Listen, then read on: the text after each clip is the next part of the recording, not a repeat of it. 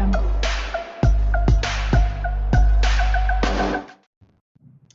guys, welcome back to my podcast. Today we are talking about the infamous horror story of It. Now, if you've been listening to my podcast, I mentioned it in last week's episode that this is what I was going to talk about.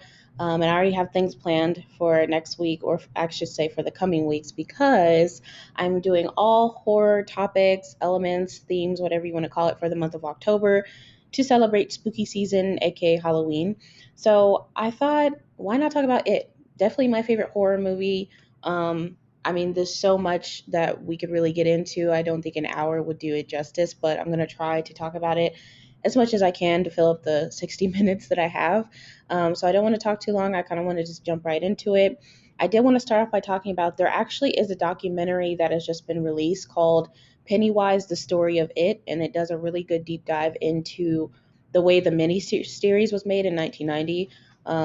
And so I believe they bring back the cast, people that worked on the set and everything like that. And I think Tim Curry's even in the documentary as well. I haven't seen it yet, but I plan on watching it. It became available for digital download on October 3rd. And then I think you're able to buy it on DVD around October 24th or 25th if you would like. Now, I know most people don't really buy DVDs anymore, but that is an option if you want to do that.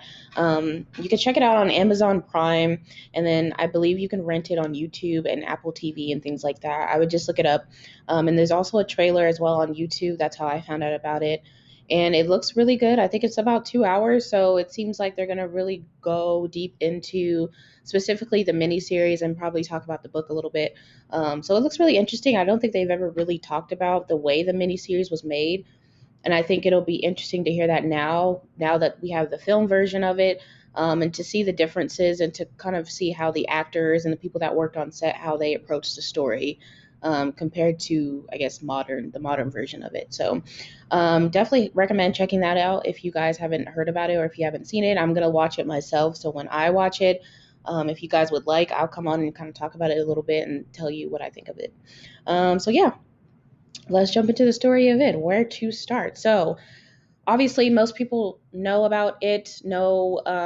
They probably have seen the movies by now, or at least have heard the story. It's been around for quite a while.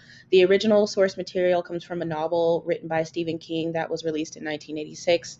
I will be honest to say that I have not read the entirety of the book, although I do have it, and I will show it to you to prove it. People, I do have the book. Do you see how big that book is? Do you see how thick that is? This is the largest book I've ever owned, I've ever bought. The book is over 1,000 pages, so if you didn't know, brace yourself. That's part of the reason why I haven't gotten through the whole story yet, but I did start reading it on digital, I want to say maybe about a year or two ago, and I had to put it down just because it's really disturbing. It's really unsettling. Low key, more disturbing reading about it than it is watching the movies, just because everything is so much more detailed. So, again, beware if you're going to read the book. But for those of you that have, then you already know how it is. But I always like reading books because I feel like, again, you get the detail, you get more of you get more story, you get more of the background, and so things make sense. Although with this book, I'm not sure if things would make more sense to me, only because it's just so out there. It's so crazy and weird, and I don't mean that in a bad way. It's just really wild. And I think Stephen King has gone on record saying that he was literally on coke when he wrote that book, so it makes sense that you have to be on drugs to write something as crazy and as wild as this story is. But I mean, it ended up being a hit, so it worked out for him anyway. But yeah, so the book was released in 1986, and then a few years later in 1990, they released the first adaptation of it. It's a mini series, like what I was talking about in the beginning. So they made it into two parts. I believe they originally aired it on ABC, and so the first part kind of dives into when they're kids, and then the second part is a little bit more when they're adults. And I believe it was released around November of 1990, so it was past Halloween. But according to my research, it says 30 million people tuned in, so a ton of people watched it. I can't even imagine watching that as a kid. Now, I was not even born when the miniseries came out, but I just know that when I was younger and when I was made aware of what it was, I was not checking for it. I did not want to watch it. I was really creeped out by the whole just idea of it. And I really didn't watch the miniseries until recently. I didn't watch it until I was an adult. And I specifically remember being in high school and having someone tell me, I think it was like my sophomore or junior year of high school, and somebody was like, you should watch it. It's really not scary. And they were trying to make me watch it. I was like, I don't want to watch this. No. And they were trying to make me watch it at school, by the way. So back then I was just like, no, I'm not watching that. I have no interest in seeing that. So the interest for me really didn't come until the film versions came out. And once I saw that, then I was really fascinated by the entirety of the story. And I wanted to learn a little bit more about how it all came to be. So yeah, if you haven't seen the miniseries, I definitely recommend checking it out. Now, I would say I kind of favor the film versions more, only because it's more modernized, and I think they did a better job in creating the chemistry and the friendship between the kids in the first one. Um, but the miniseries is good too, and I think there's, you'll find differences between the book, the miniseries, and the films. So it's kind of cool to go back and see what they changed and what they made different or what they added and that kind of thing. But yeah, either way, whether you read it, whether you watch the miniseries or the film version, it's all pretty crazy. And the gist of the story is still there in each one. So I think you'll kind of understand it. But for those that don't know what it is, or if you've never seen it, or if you've just been too scared to watch it, but you are kind of interested and you're listening to me and you're like, well, what is the story about, Tiffany? Like, what is it?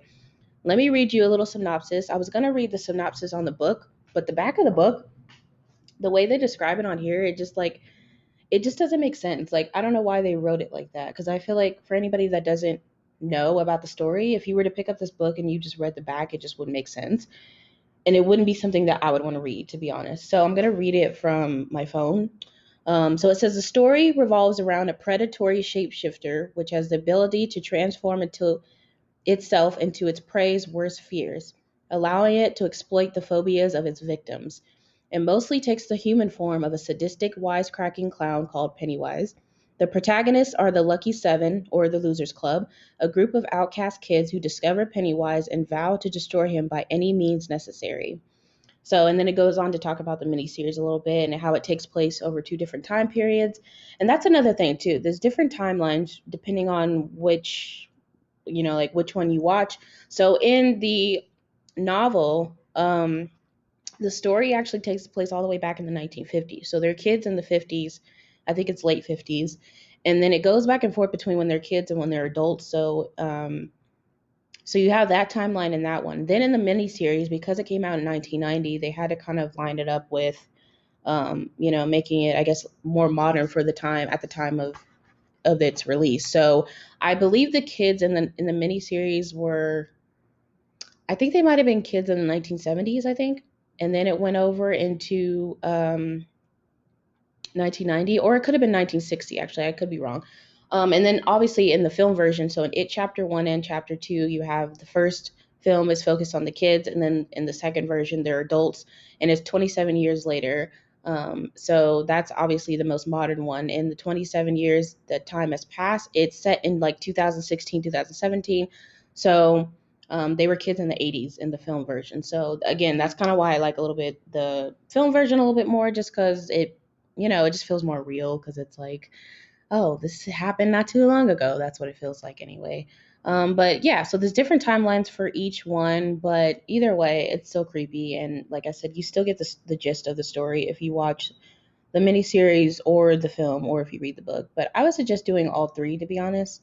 But if you are lazy and you don't want to read the whole book, I totally understand because the book is like literally, I think it's like 1,200 pages. Might be a little bit more than that. I don't know. Maybe it depends on which book you buy because I'm sure there's different versions. I have this one. I know I've seen plenty of other books with different covers on it. And since the movies have come out, they probably have reprinted it a bunch of times because people were, interested in the story. And I feel like that was the whole purpose of the films, was to kind of reintroduce it to a new generation.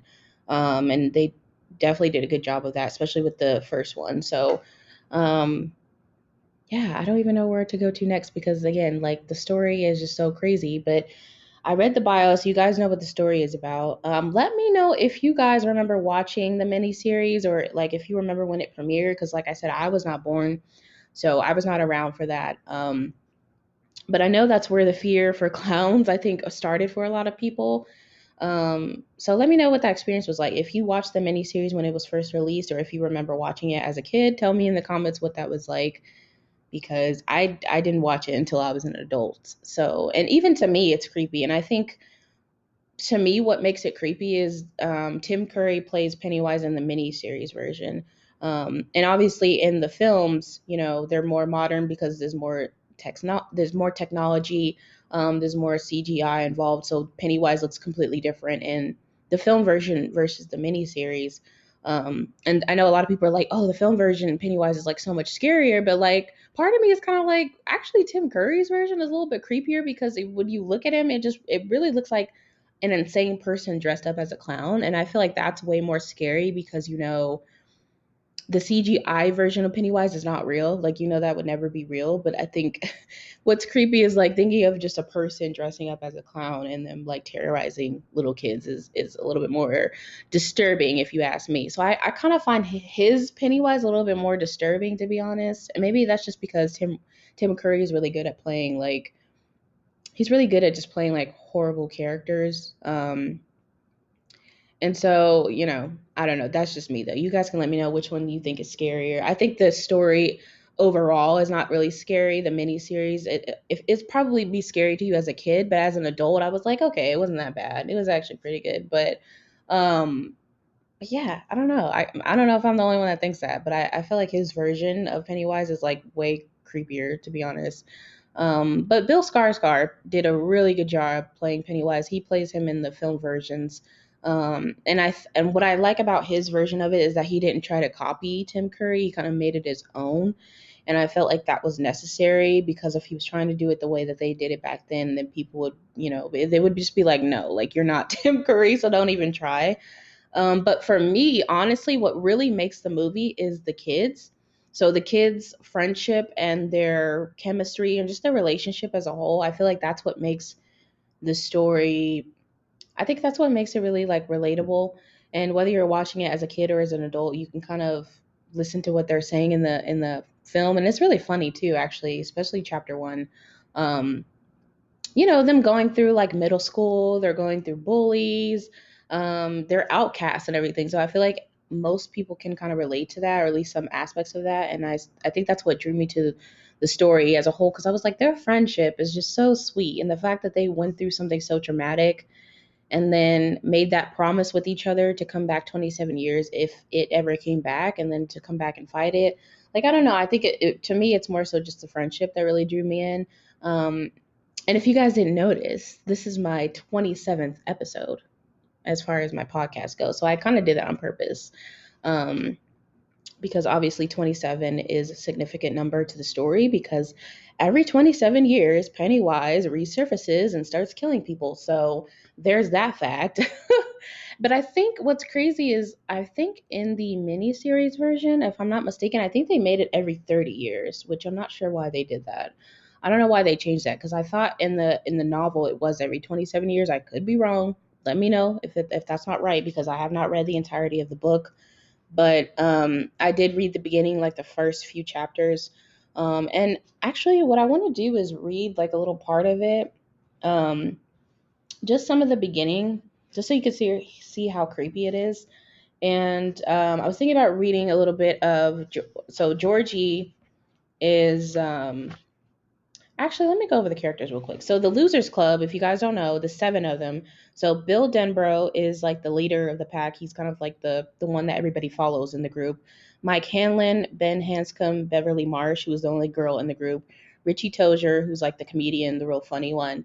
Eddie Kasprak, and Stanley Uris. So the book starts off, and actually the movie and the film, I think both them all start off with Georgie, I think. So it starts off with Georgie's death. So unfortunately, Bill's younger brother, Georgie, dies. He's kind of, I guess you could say, like the first victim is kind of what starts it all between the Losers Club and everything. But um, his death is like really, really sad. Now, obviously, it's like disturbing to watch it in the film, but I just feel like reading about it is so much worse. I don't know why. But I did kind of want to read a little bit of it. Let's see if I can find it because I know it's in the beginning and I specifically remember reading that. Like when I first started reading the book, I was like, okay, this is how we're starting off. Like really, this you're just jumping right into his death. Um, also, besides Georgie's death, I guess it's a spoiler if you don't know, but Stanley dies too, and his death is like, dare I say, even worse. So reading his death, like after reading that, I was like, okay, I'm gonna put the book down because this is really scary. Um, okay, so let's set the scene here because y'all, this is a lot, but I just really wanted to read some of it. So at this point, Georgie is outside playing with his paper made boat, and he's outside playing by himself, by the way. So Bill, in the novel, I think it says that he's actually sick, and so he doesn't go outside and play with him. In the film, he kind of pretends to be sick because he doesn't really want to go outside and play with him, and that later really messes him up mentally because he has all this like guilt about his brother's death and everything. But so he goes outside to play with this boat, and again he's by himself, and so the boat is kind of going near the storm drain and it goes down there, and Georgie's like, oh shoot, like I lost the boat, now I'm gonna get in trouble. And of course when he goes to look for it, that's when Pennywise pops up. So I'm gonna start, this is page 13, so I think this is like chapter, it must be chapter 1 because the book is split up into like 5 parts. Yeah, part 1, 2, 3, 4, 5. Yeah, there's like 5 parts in the book, so that's why it's so long. And then there's like an epilogue at the end too, which again, I have not read any of that yet. So let's go into a little reading session, shall we? Um, let's see. Hold on. Before I do that, though, let me remind you guys that my podcast is sponsored by Streann Media. So thank you to them for sponsoring my podcast. If you didn't know, now you know. So the way I'm able to go live every week on Facebook is through them. I use their Stream Studio software to do my podcast, and they make it really easy for me to use. So if you are a content creator, if you want to get into content creation, whether it be podcasts, live streaming, anything like that, I highly recommend checking them out. It's free to use. All you have to do is go to studio.streann.com, and Streann is spelled Streann. And they ask you for your email. They'll send you a login code, and then you're in, and you're able to do pretty much whatever you want to do. And you don't have to go live through Facebook. You can go through YouTube. You can do Twitch. I think they're adding some other social media sites on there too to make it easy for people to go live. But yeah, it's really cool if you didn't know about it. So I, again, highly recommend checking them out. You can look them up on social media as well and tag them if you decide to use their Stream Studio software or any of the other features that they have available. So, okay, let's get into it. I don't even know where to start, where to stop. I'm going to try not to read too much. This is page 13, by the way. It says, he got up and walked over to the storm drain. He dropped to his knees and peered in. The water made a dank, hollow sound as it fell into the darkness. It was a spooky sound. It reminded him of, huh? The sound was jerked out of him as if on a string, and he recoiled. There were yellow eyes in there. The sort of eyes he had always imagined but never actually seen down in the basement. It's an animal, he thought incoherently. That's all it is, some animal, maybe a house cat that got stuck down in there. Still, he was ready to run, would run in a second or two, when his mental switchboard had dealt with the shock those 2 shiny yellow eyes had given him. He felt the rough surface of the macadam under his fingers and the thin sheet of cold water flowing around them. He saw himself getting up and backing away, and that was when a voice, a perfectly reasonable and rather pleasant voice, spoke to him from inside the storm drain. Hi, Georgie, it said. Now, every time I see that, it's not funny, but every time I see that, I think about the way he said it in the movie. He's like, "Hiya, Georgie," and I'm like, I don't think that's the way he said it in the book because they describe his voice as being perfectly reasonable and rather pleasant. But then again, this is coming from a 6-year-old because Georgie is only like a little kid, so I don't know. But I can't read it like that without laughing, so I'm just gonna read it normal. Hi, Georgie, it said. George blinked and looked again. He could barely credit what he saw. It was like something from a made-up story or a movie where you know the animals will talk and dance. If he had been 10 years older, he would not have believed what he was seeing. But he was not 16, he was 6. There was a clown in the storm drain. The light in there was far from good, but it was good enough so that George Denbrough was sure of what he was seeing. It was a clown, like in the circus or on TV. In fact, he looked like a cross between Bozo and Clarabelle, who talked by honking his, or was it her? George was never really sure of the gender, horn on Howdy Doody Saturday mornings. Buffalo Bob was just about the only one who could understand Clarabelle, and that always cracked George up. The face of the clown in the storm drain was white. There were funny tufts of red hair on either side of his bald head, and there was a big clown smile painted over his mouth. If George had been inhabiting a later year, he would have surely thought of Ronald McDonald before Bozo or Clarabelle. The clown held a bunch of balloons, all colors, like gorgeous ripe fruit, in one hand. In the other, he held George's newspaper boat. Want your boat, Georgie? The clown smiled. George smiled back. He couldn't help it. It was the kind of smile you just had to answer. I sure do, he said. The clown laughed. I sure do. That's good. That's very good. And how about a balloon? Well, sure. He reached forward and then drew his hand reluctantly back. I'm not supposed to take stuff from strangers. My dad said so. Very wise of your dad, the clown in the storm drain said, smiling. How? George wondered. Could I have thought his eyes were yellow? They were a bright dancing blue, the color of his mom's eyes and Bill's. Very wise indeed. Therefore I will introduce myself. I, Georgie, am Mr. Bob Gray, also known as Pennywise the Dancing Clown. Pennywise, meet George Denbrough. George, meet Pennywise. And now we know each other. I'm not a stranger to you, and you're not a stranger to me, correct? George giggled. I guess so. He reached forward again and drew his hand back. How did you get down there? Storm just blew me away, Pennywise the Dancing Clown said. It blew the whole circus away. Can you smell the circus, Georgie? George leaned forward. Suddenly he could smell peanuts, hot roasted peanuts, and vinegar. The white kind you put on your french fries through a hole in the cap. He could smell cotton candy and frying doughboys and the faint but thunderous odor of wild animal shit.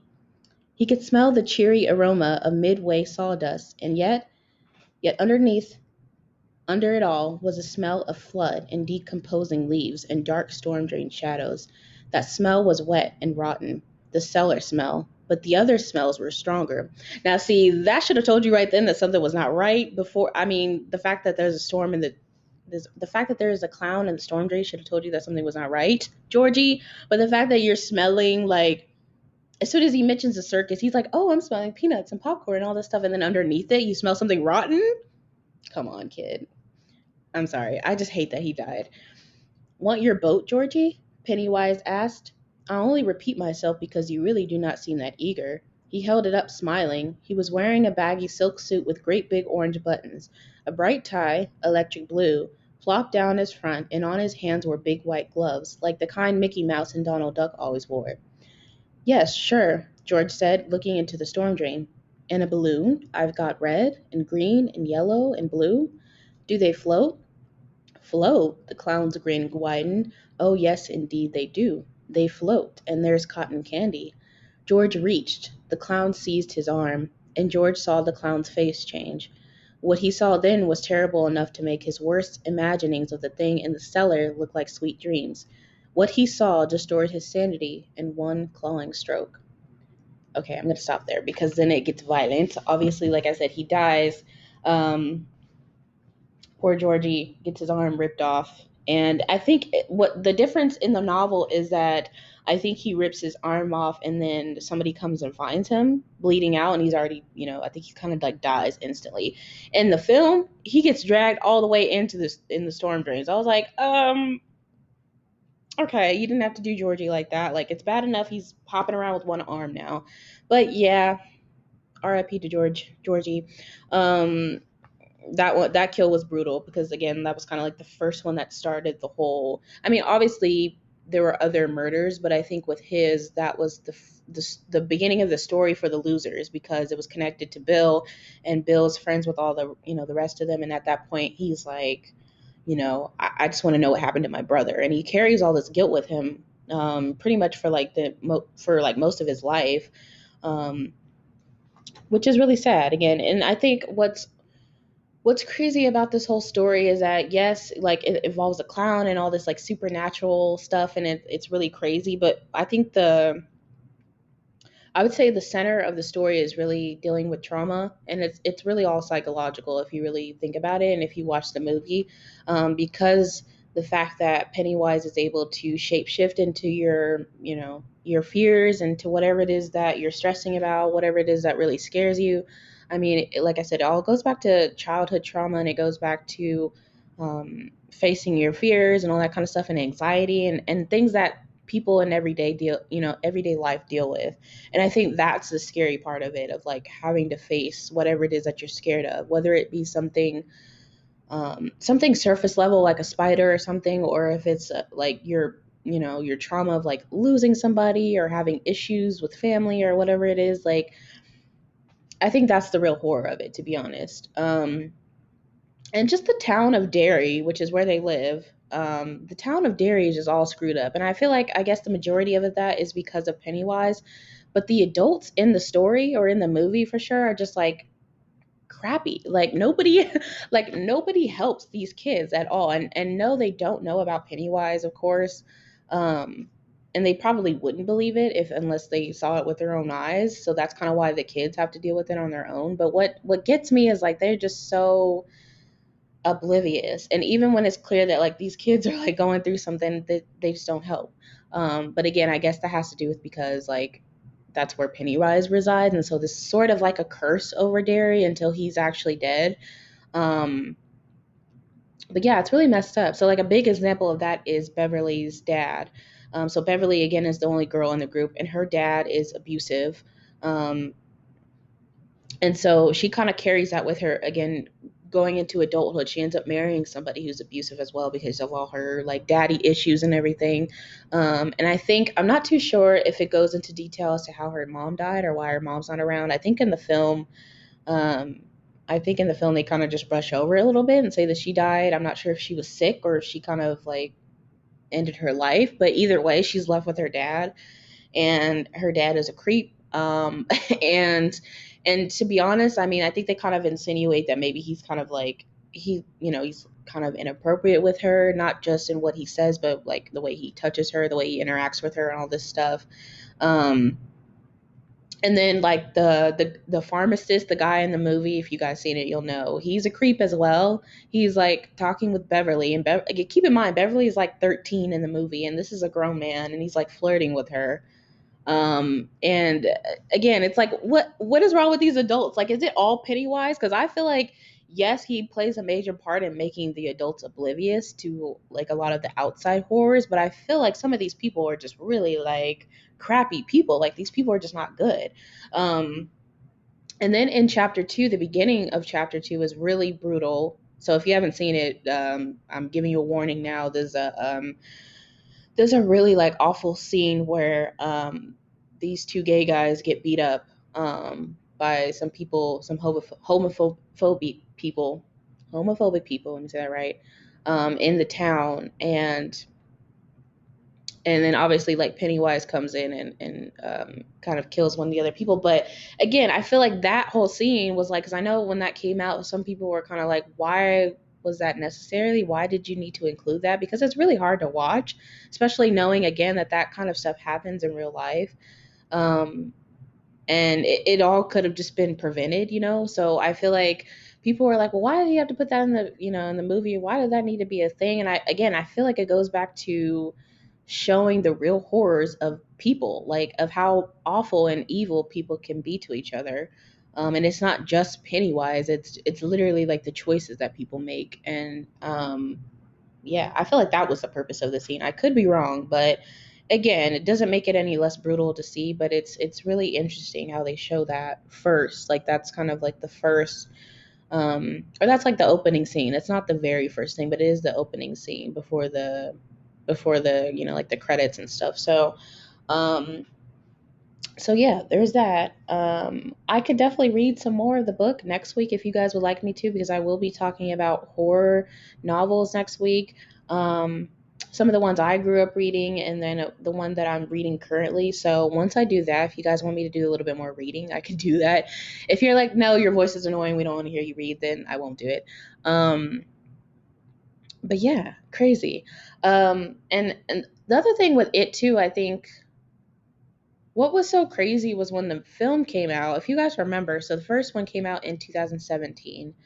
A year prior to that, there was like a whole clown invasion, whatever you want to call it, that was going on around the States, and I think even in Canada Please let me know if you guys remember this.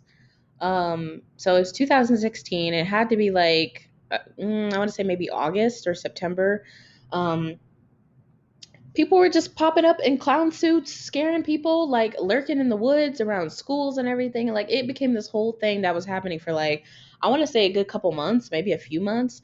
And I still don't know to this day exactly what that was. Now, I've heard rumors that it was all like a marketing stunt. I don't know if it was specifically for it because it didn't come out until a year later, or if it was for like something else. But I know like they were saying that's how it originally started. It was supposed to be like a, like a publicity thing or like a stunt or something, and then other people joined in on it, and that's why it became like this whole nationwide thing. But I remember it was on the news. I was like, I'm so glad I'm out of high school, because if I had to go to school knowing that there was people like lurking around the campus in clown suits, I was like, no, I'm not doing this. And I actually felt bad for people that were like legit scared to even go out. Because I think I even remember the high school that I went to, there was like talk of a social media where people were like, there's a clown, lurking out. Like when we come out of school, there's gonna be somebody there. And I was just like, see, y'all doing too much. Like I know this is supposed to be like, again, for marketing, or it's supposed to be something fun, but it was like, now you're scaring people for real. So let's not. And I think what was creepy about it too was like, we don't know who these people are. Like you might be like, oh, okay, it's just somebody like messing around in a clown suit, but like you're in a suit, you're in a mask, or if you have makeup on, we don't know who you are. We don't know your intentions. How do you know somebody that's not legit crazy is doing this? And then you're like, oh, well, they're just playing around. What if they aren't? Like people were legit getting chased. Like I remember seeing videos of this all over social media, and I'm just like, what is going on? Like, yes, we're living in crazy times now, but just think back to when that was going on. Like that was crazy. I still can't believe that even happened. And I feel like people just try to like forget about it, but I'm like, that really happened, y'all. So tell me where you were when you first heard about it, or like what you thought. Like were you creeped out, or were you kind of just like, okay, this is something dumb that like, some teenagers are doing? Because like I said, it spread to like different cities, different states. It wasn't just in like one place. And I think again, that's what made it creepy, was like, why is everybody doing this like all over? Like what the heck is going on? Like what the heck is going on? So that was like crazy. That just made me think about that, talking about it. And I was like, and this was, okay, again, this was before the films came out, so I was not familiar with the story of it. I was just like, clowns kind of creep me out. I don't like this. I don't know why people are doing this, but they need to like tone it down, okay? Um, so yeah, that was a crazy time. And I think I'm gonna be wrapping it up soon. Um, I'm trying to think of something else that I wanted to mention, because again, the story is just, I mean, you could do like a whole deep dive into specifically it and his origins. I mean, they do that in the book. They don't, I mean, they touch on it in the films in chapter 2. But because the book is so long and they had to condense it into like a 2-hour movie, there's no way they would be able to do like a whole history of it. So if you want to know a little bit more about that, I recommend reading the book, or even just like doing your own research. There's no way I could just talk about all that right now because it's too much. And it probably wouldn't make sense. It barely makes sense to me that it is like an entity, because I know some people are like, well, is he actually a clown? Is he a human? Is he a demon? No, it's like an entity. He's like a thing. That's why they call it it. And Pennywise, the whole clown thing, is just one form that he takes, because again, he is a shapeshifter. So he's able to kind of turn into whatever it is that scares you, or whatever it is that he wants to be. Um, and supposedly, I think like in the book, I think they say like the record of when it was first recorded of him like killing people was like way back in the 1700s. And its original form, or what it really is they call it the deadlight. So he's really light, which again doesn't really make sense, but it's crazy. And then even like in the book, they go into this magic turtle called Mandarin. I guess that supposedly helps out the losers a little bit. I don't know. I haven't gotten deep enough into the novel to really understand what or who Mandarin is and how he plays a role in the book. And honestly, why, I'm kind of like, if this magic turtle was there to help them, I'm not sure why he didn't save Stanley and Eddie, because those two die in the story. If you didn't know, sorry, now you know. But yeah, I'm not sure why when they died that couldn't have been reversed, or why like he let it happen. I'm not sure. um but Yeah. But yeah, I was really sad about Eddie's death. So Eddie Kaspar is my favorite loser. He's like my favorite character in the story. You guys can let me know which character you like the best or which one you relate to the most. Eddie is like the hypochondriac in the group, and he's like, he's like riddled with anxiety at a very young age. And a big part of that is because his mom is so overbearing and overprotective. And I'm not sure, again, if they explain in the novel if she has a disease as to why she's like that. Um, but she believes like anything that he touches, anything that he does is going to make him sick, or like something bad is going to happen to him. She's like that type of mom. And so obviously that trickles down into his mind. And, um, if you watch the film and the first ones, because it's set in the 80s, he talks a lot about like getting sick, about the AIDS epidemic that was going on at the time, and he's just like like grossed out by every little thing. So I don't know, I just love his character, and I feel like he deserved better. Like, I'm really sad that he died. I wouldn't have wanted any of them to die, but for him to have died the way he died, without really, I guess, without really being able to live his life unafraid, just really makes me sad. Because again, in the miniseries, he's still living with his mom. Dennis Christopher, I think, plays Eddie in the miniseries, and then James Ransom plays him in the film version. I love both versions. Each version is pretty different. The way like Eddie is kind of displayed. I think in the film he's much more like aggressive, I think. And in the miniseries he's just so gentle and like sweet, and he has blonde hair and everything. He's literally so cute in the miniseries. But I remember in the miniseries, because I've only seen it once, so I don't remember much of it, but I do remember that he was still living with his mom, and he was like, in his 30s or something like that. Um, and he never got married. I don't think he ever really like had a relationship or anything like that. And then in the film version, he is married, but he's married to like a version of his mom, which again, it's kind of like Beverly, where Beverly had an abusive dad, and then she ends up marrying an abusive guy later on. So not much better than than the miniseries version of Eddie, but he marries a woman that's like super overbearing and overprotective, and he's like popping pills and everything for all these diseases, these things that he thinks he has, but it's really all in his head, is what it is. And he doesn't even have asthma, because in the film, it pretty much is revealed that what he's, when he has his inhaler, it's all like placebo, basically. It's like he thinks it's helping him, but it's not. So yeah, just like the fact that he lived his whole life being that way, and he never really got to see what it was like to just like relax and not have his overbearing mom and not have this overbearing wife. I don't know. I just wanted better for him. Like, I don't know. It just makes me sad. I know he's a fictional character. It's like, get over it. But it was my favorite character. And I was sad about Stanley's death as well. Like I said, in the book, it's pretty brutal. In the film, they really gloss over it, because one moment you kind of see him like getting in the tub, and for those that already read the book or seen the miniseries, we already knew what was coming. And then it goes to a flashback to when they're kids, and then it cuts back to him and he's like bleeding out. So that he that he committed suicide, but they don't show it, thankfully. And it's like I said, it's really kind of glossed over. They kind of go back to the other losers and everything when they find out that Stan is dead from his wife. So again, really, really sad. Like, did you have to kill off Stan? But I guess the purpose of, or maybe not the purpose, but the excuse or what he says in the film as to why he took himself out, was because he knew that he was too afraid to go back to Derry to face it. And he felt like, if they couldn't all be one, like if they couldn't all go back as a group and be united, then they weren't going to defeat it. So basically, I think he was kind of just saying, like, I didn't want to like mess things up for you guys. And I think he kind of knew that he was sort of the weakest link out of the group, which is, it's kind of messed up to say it that way, but I think he kind of knew that, and that's why he took himself out. He was just like, you guys can defeat it. Me, if I come and I try to do it, like, it's gonna ruin everything, basically. And I think he maybe felt like, if I come and try to help you guys, I might get somebody else killed.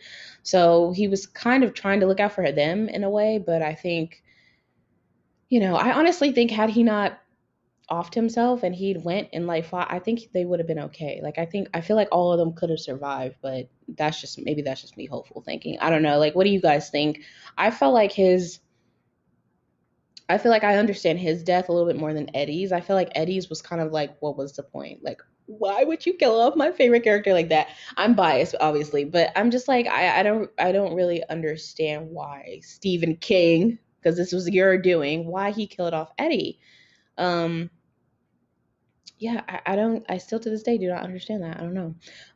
But like I said, I kind of understand Stanley's death a little bit more because it is explained in the film. At least what his perspective was, because he writes a note, kind of like a suicide note. And at the end of chapter two, again, I'm spoiling it if you haven't seen the movie. At the end of chapter two, it's Bill and a lot of the other all the other losers got the same letter, so he mailed them out before he did what he did, and they're reading it and stuff, and so you kind of understand like where he was coming from. Now, I still don't think he should have done that, but I understand it, you know. Um, but yeah, the whole story is just like it's just a whirlwind. It's really crazy, but again, I recommend kind of like doing a little bit more of a deeper dive into it if you want to kind of know a little bit more about the history of it, like how it came to Earth and why it started killing and all that kind of stuff. It's I think all that's in the book.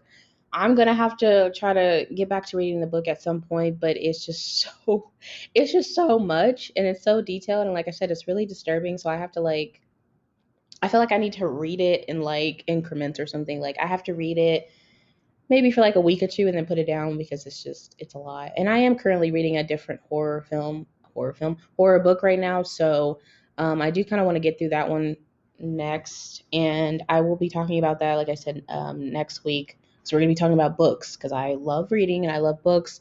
And I actually used to read horror novels quite a bit when I was in middle school, believe it or not. So I feel like that would be kind of a fun topic to discuss in next week's episode. So we're gonna do that. And like I said, if you guys want me to do a little bit more reading, I could do that as well. I don't mind doing it. Um, and yeah, I like I said, I think I'm gonna wrap this up because I feel like I talked about it enough. I've talked about it enough. Get it? So I did want to remind you guys that my podcast is sponsored by Streann Media. So again, if you would like to check it out yourself, you can go to studio.streann.com, put in your email, and then you'll get a login code and you're in. So check it out for yourself. I try to show some of the features that they have available to you guys that are actually watching my podcast. But for those who, if you want to listen on Spotify, or if this is your first time coming across my podcast, then now you know you can go check them out for yourself, and just kind of play around with it because it's actually really fun to do. And you don't have to go live if you don't want to. You really could just record something for yourself and then kind of see if you like it and then post it later if you want to do it that way. Um, but yeah, there's a lot that you could do, and it doesn't have to be podcasting. It could be pretty much whatever you want to do. Um, and yeah, so we're gonna wrap this episode up. Thank you guys for tuning in. For those who watch me on live Facebook, I appreciate that because I know a lot of people are usually busy around this time. So thank you to anybody that listens or tunes in or leaves comments or likes or anything like that. If you do listen to me on Spotify, I would appreciate a 5-star rating. And of course, sharing it so other people can listen, other people can hear. And then if you guys have ideas, please let me know in the comments. You can hit me up on Twitter or Instagram or Facebook, um, or really anywhere that you see me on social media. But typically, I will be on Twitter to talk about fandom related things, or talk about TV, film, music, things like that. I'm usually on Twitter talking about that. So I will leave my socials down below. I try to always leave them in the comments. So if you guys want to follow me on there, you can. I am thinking about making separate pages for my podcast, so that way when there's updates or anything having to do with the podcast, you'll see it there, and it'll be a little bit easier. So that way my personal stuff isn't mixed in with podcast things. I feel like maybe that would be better. So I'm going to try to work on that, and hopefully I'll have something to show for it before the end of the year is over. But I'm not making promises. I'm not making promises. I'm just letting you guys know. You'll be on the lookout for that. And of course, I will announce it once I do make separate pages. And hopefully you guys will follow it because I appreciate that. And then, yeah, let's see. Are there any other announcements or things that I need to say? I don't think so.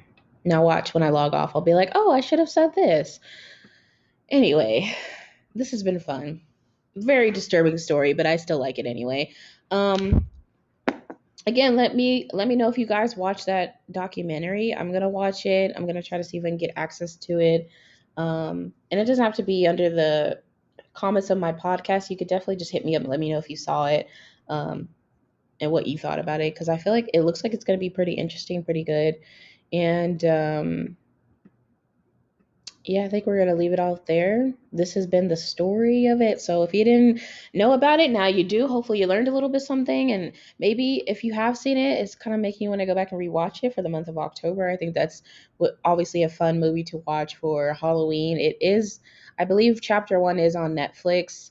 Um, Chapter two might be on HBO Max or Hulu, one of the other ones, but I think I'm pretty sure I saw chapter one on Netflix not too long ago. And the mini series, I think it might be up on YouTube, or I'm sure you can look it up online. It's I know for a fact that somebody has uploaded it somewhere. So if you haven't seen the mini series version, you could definitely watch that. Do make like a whole marathon out of it. You could watch the mini series first and then watch the films, but just know that the films are long, and then the mini series is like, I want to say each part is maybe like a couple hours. I could be wrong, but it is pretty long, so you might want to space it out. Um, but yeah, I'm gonna go because I feel like I've been talking for too long. So thank you guys for tuning in. I will see you next week on Tuesday at 1 p.m. as always. We're gonna be talking about horror novels. So if you have a favorite horror novel or something that you want me to talk about, leave it in the comments and I will try to address it. But anyway, I will see you guys then. Toodle doo.